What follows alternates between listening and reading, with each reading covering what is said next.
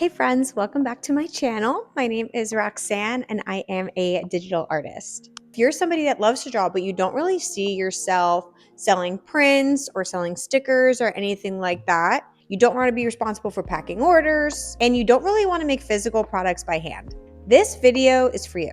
A few of the things that I love to make are patterns and clip art. Now, how can we use those patterns and clip art that we love to make so much and make an income off of them? On Etsy, there are so many people selling patterns and clip art specifically, but you can also use your patterns and clip art to make other things like invitations, birthday party decorations, bachelorette decorations, depending on your niche. But you can also use your patterns and clip art and just drawing in general to make digital products that people will want. There's plenty of people using AI to create digital products, but I think you can typically tell when somebody's using AI. And there are a lot of people that still want hand-drawn assets and don't really want to use AI-looking imagery for their parties or their events. One of the best ways to use your artwork is for events, for invitations, for decoration, for signage. So today we're gonna take a cute and girly cowgirl theme and create items that can be used for a kid's birthday party. I'm gonna be making an invitation, a welcome sign, and a few other things. Once you have a matching package of designs, it's really easy for somebody to say, oh, I love this design, and then choose the other products as well. So it is also really smart to use your same patterns and clip art to create different products that match the same theme. I say this in every video, I am not an Etsy expert. I cannot get you to sell your listings, but I can help to show you how you can use your artwork in different ways so that you can take it forth into Etsy and figure out how you can sell your artwork in more ways than just selling prints or selling stickers. So let's get to it. I have a few things to make today, so let's go. So we're going to start off with a few different designs here. I'm going to click into my cowgirl invite. You can make this by doing a 5x7 inch invite. So let's go ahead and click in there. I already have designs sort of figured out. So I grabbing my pattern, pulling it, making sure that it's a seamless pattern. So I can just drag it and continue it as much as I want. I'm going to group it and lock it for now so that I can work on top of it without messing it up. Grabbing some assets from Canva, like this arch that is a popular asset right now. People are liking that shape. So using that as a background to the text, because we're not going to want to put text over top of patterns because that's just very hard to read. Using the patterns as just more of a decorative element. Locking that as well because we don't want that to move. And then I'm going to go in and figure out my text, what I want to say, and not only what I want to say, but how I want it to look. So you can get some inspiration for this if you search on Pinterest or even on Etsy a little bit to see what's popular or what's going to be popular soon. There's different effects that you can use. Right now I'm going to just use this curved shape effect for my let's celebrate wording. You don't have to use this. You can if you want. There's a bunch of different things that you can use. So definitely explore within what you can do with Canva. What's nice about Canva is that you can make it templatized. So my suggestion is that any text that you use in Canva, if you're going to be selling a template on Etsy or Creative Marketplace or whatever you want to do, it should be the free text options that are available for you, the free font, I should say, that is available for you on Canva, because then that way whoever buys it does not have to have a premium account, and that is a huge factor for people when they're buying something. The last thing that they want to do is purchase something and then suddenly they need to pay for a Canva account to be able to use that font. And really, font has a lot to do with the way that something looks. So if you give them a font that looks really good and then they can't use it, that might frustrate your customer. So I definitely suggest using anything that's free.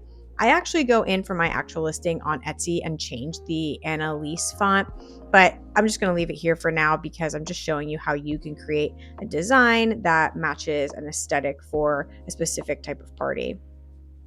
So there's different ways that you can lay out even the way that something looks for the date. So really, really explore here. Again, you can find suggestions anywhere on the internet. I suggest looking up different types of invites and see what kinds of layouts that you like and hierarchy you want for your text and for your design. Obviously, something like this, you want the name really big, you want like the occasion to be pretty big. So Annalise's first rodeo.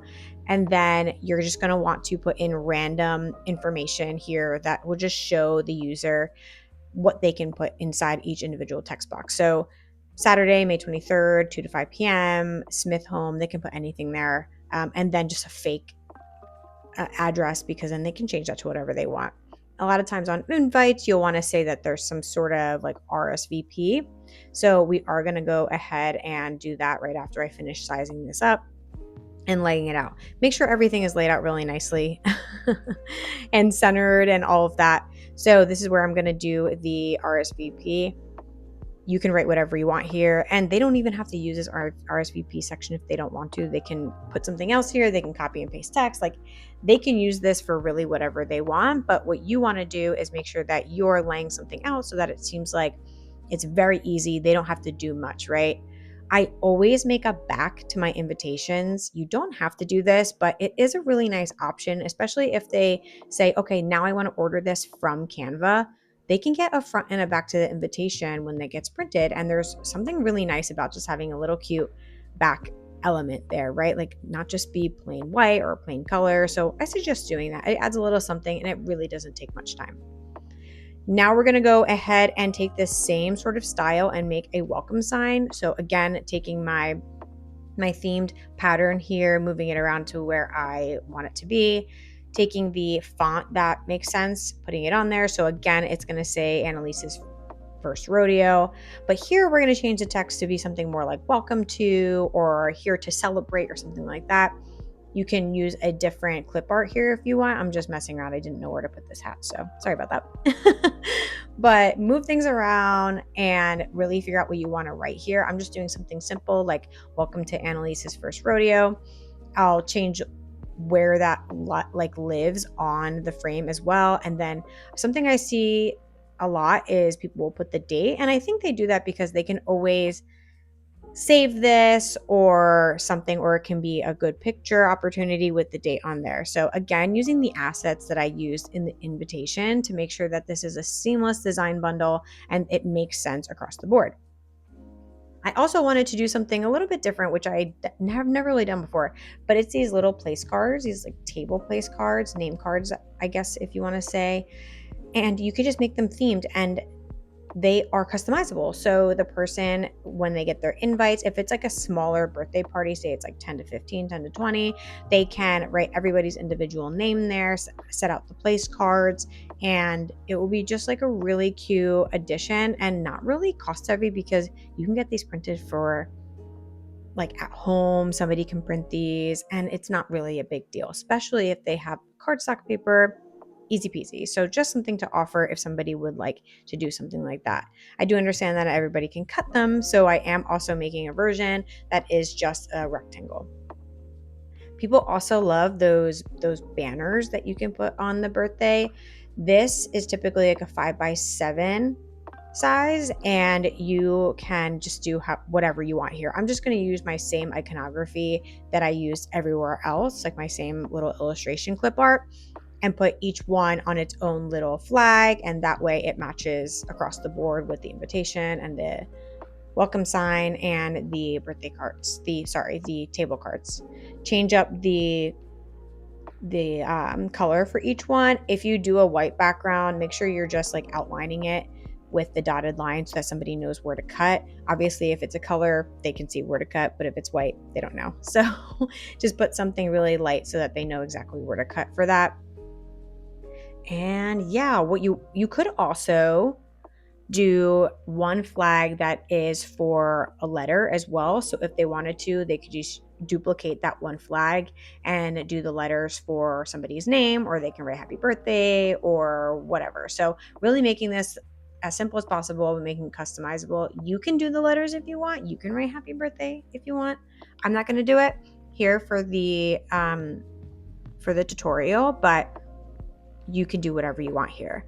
Now I'm just going to put everything together so you guys can see it all on one frame. And so you could see how coordinated it is and how stylized and how much it makes sense for somebody if they wanted to buy an entire set, because it's all the same theme and it's all the same style, and they don't have to go to like 3 different Etsy shops for a couple of these things. And you can do this for literally everything. Even if you wanted to make a custom tablecloth or anything, I swear you can. There's so many options that you can make for people, and it really is just a good idea. So I actually think that this is a good idea, the first rodeo.